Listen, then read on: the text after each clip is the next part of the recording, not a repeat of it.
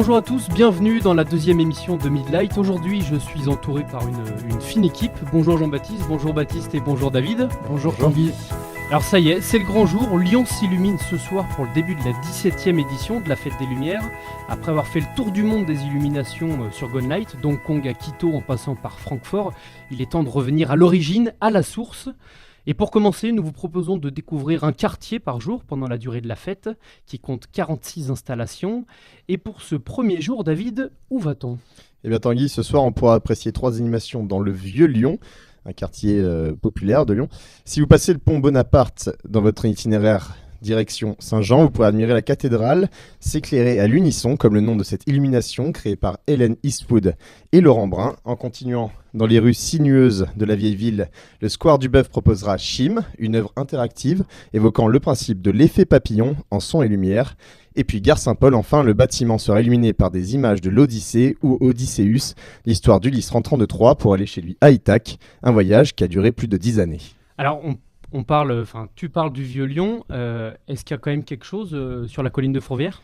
Ah oui, il faudra prendre de la hauteur pour monter jusqu'au théâtre antique, le théâtre gallo-romain, avec le spectacle inspiré d'une légende hindoue nommée Balaha, avec un cheval magique possédant des ailes. Prendre de la hauteur, comme je vous l'ai dit auparavant, Tanguy. Merci David. Demain, nous évoquerons un autre quartier incontournable.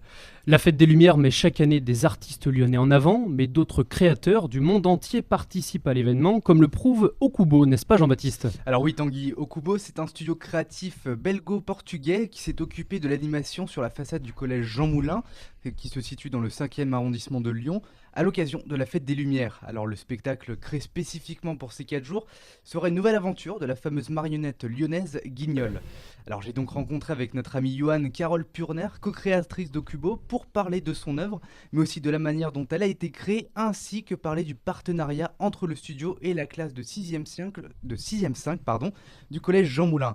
Alors nous avons aussi parlé bien sûr de son rapport à la Fête des Lumières, et oui, Carole Purnell est portugaise, nous avons donc essayé d'en savoir un peu plus sur ce point-là. Une interview que l'on pourra retrouver dès demain sur Golden Light, c'est ça ? Exactement. Impeccable. Baptiste, tu me disais juste avant de commencer l'émission que la Fête des Lumières avait déjà commencé.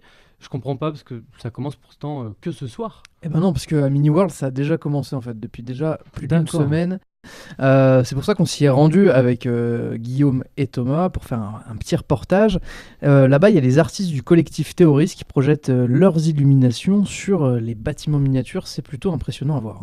Et est-ce qu'il y a d'autres projets pour le futur ? Alors oui, les ouvriers du parc travaillent actuellement sur la création d'un Lyon miniature, la presqu'île, la grande place Bellecour, toutes les places de Lyon vont être refaites. Et là-bas, les illuminations des éditions précédentes, même celle de 2001, va y être diffusée.